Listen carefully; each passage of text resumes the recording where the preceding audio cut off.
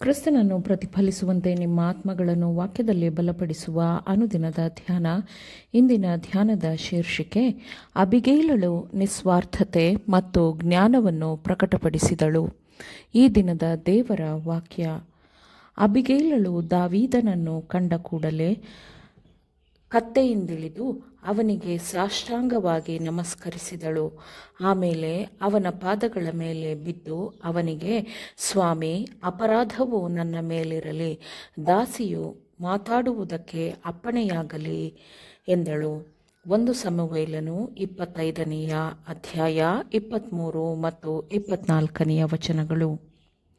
ನಾಬಾಲನೆಂಬ ಅತಿ ಶ್ರೀಮಂತ ವ್ಯಕ್ತಿಯ ಕುರಿ ಹಿಂಡುಗಳನ್ನು ಮತ್ತವನ ಮಂದೆಗಳನ್ನು ದಾವೀದನು ಮತ್ತವನ ಜನರು ಕುರಿ ಮಂದೆಯ ಕಳ್ಳರಿಂದ ರಕ್ಷಿಸಿದರು. ಕರ್ಮೇಲಿನಲ್ಲಿ ನಾಬಾಲನಿಗೆ ಅಪಾರವಾದ ಸಂಪತ್ತು ಇತ್ತು. ಅವನು ಕಾಲೇಬನ ವಂಶದವನಾಗಿದ್ದನು, ಆದರೆ ಅವನು ದುಷ್ಕರ್ಮಿಯೂ ಜಿಪುಣನೂ ಆಗಿದ್ದನು.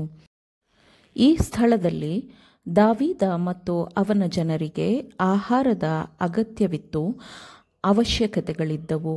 ಮತ್ತು ನಾಬಾಲನು ಉಣ್ಣೆ ಕತ್ತರಿಸುತ್ತಿದ್ದಾನೆಂಬ ವರ್ತಮಾನವನ್ನು ಇಷಯನ ಮಗನು ಕೇಳಿದಾಗ ಅವನು ತನ್ನ 10 ಮಂದಿ ಯುವಜನರನ್ನು ಕರೆದು ಅವರಿಗೆ, ನೀವು ನಾಬಾಲನ ಬಳಿಗೆ ಹೋಗಿ ಅವನ ಕ್ಷೇಮ ಸಮಾಚಾರವನ್ನು ವಿಚಾರಿಸಿ ಅವನಿಗೆ, ನನ್ನ ಹೆಸರಿನಲ್ಲಿ ನಿನಗೂ ನಿನ್ನ ಕುಟುಂಬಕ್ಕೂ ನಿನ್ನ ಸರ್ವ ಸಂಪತ್ತಿಗೂ ಶುಭವಾಗಲಿ ಎಂದು ಹೇಳಿರಿ ಎಂದು ಹೇಳಿ ಕಳುಹಿಸಿದನು. ದಾವೀದನು ಮತ್ತು ಅವನ ಜನರು ಬೆಟ್ಟಗಳಲ್ಲಿ ಕುರಿಗಳನ್ನು ಮೇಯಿಸುತ್ತಿದ್ದಾಗ ನಾಬಾಲನ ಕುರುಬರು ಮತ್ತು ಅವನ ಕುರಿ ಹಿಂಡುಗಳಿಗೆ ರಕ್ಷಣೆಯ ಗೋಡೆಯಂತೆ ಇದ್ದರು. ದಾವೀದನು ತಮಗೆ ಕೊರತೆಯಾಗಿರುವ ಸಮಯದಲ್ಲಿ ಸಮೃದ್ಧಿಯಿಂದ ಶ್ರೀಮಂತನಾದ ನಾಬಾಲನ ಬಳಿಯಲ್ಲಿ ಸೌಜನ್ಯಪೂರ್ಣನಾಗಿ ಸಹಾಯಕ್ಕಾಗಿ ಕೇಳಿಕೊಂಡಾಗ ನಾಬಾಲನು ಅವರಿಗೆ, ದಾವೀದನಾರು, ಇಷಯನ ಮಗನಾರು, ಯಜಮಾನರನ್ನು ಬಿಟ್ಟು ಓಡಿಹೋದ ಸೇವಕರು ಈಗಿನ ಕಾಲದಲ್ಲಿ ಎಷ್ಟು ಮಂದಿ ಇಲ್ಲ.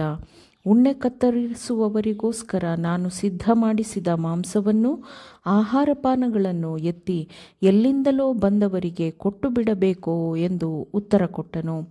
ಆ ಯುವಕರು ಬರಿಗೈಯಲ್ಲಿ ನಿರಾಶೆಗೊಂಡು ಮತ್ತು ಬೇಸರಗೊಂಡು ಹಿಂದಿರುಗಿದ್ದನ್ನು ನೋಡಿದ ದಾವೀದನು ಮತ್ತು ಅವರಿಂದ ಅಲ್ಲಿ ನಡೆದ ವಿಷಯವನ್ನು ತಿಳಿದುಕೊಂಡ ದಾವೀದನು ತುಂಬ ಕೋಪಗೊಂಡನು. ದಾವೀದನು ತನ್ನ ಜನರಿಗೆ ಕತ್ತಿಗಳನ್ನು ಕಟ್ಟಿಕೊಂಡು ಕಾದಾಟಕ್ಕೆ ಸಜ್ಜಾಗುವಂತೆ ಆಜ್ಞಾಪಿಸಿದನು.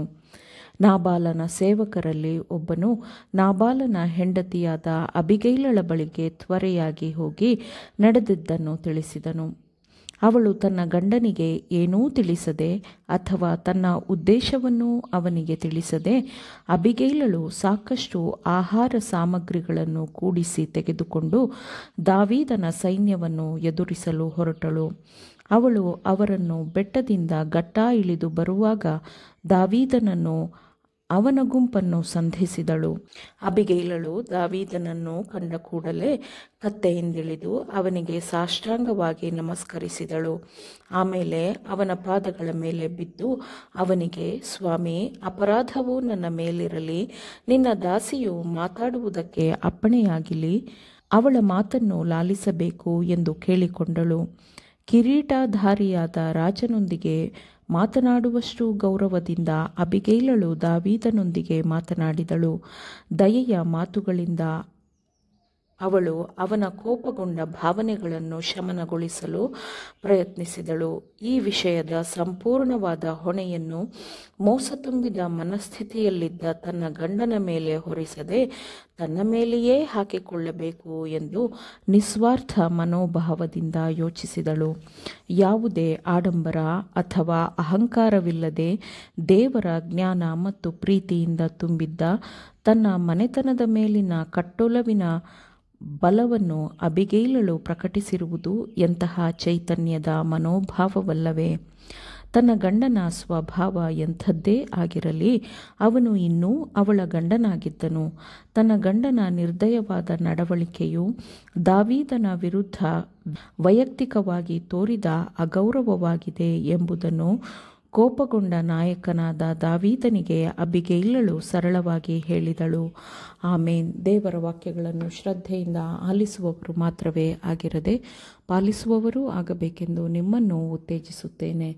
ಪರಿಶುದ್ಧಾತ್ಮನ ಸಹಾಯದಿಂದ ಆಲಿಸಿದ ನಿಮ್ಮೆಲ್ಲರಿಗೂ ಧನ್ಯವಾದಗಳು. ಮತ್ತೆ ದೈನಂದಿನ ಧ್ಯಾನಕ್ಕಾಗಿ ನಾಳೆ ಸಂಧಿಸೋಣ. ಆಮೇನ್.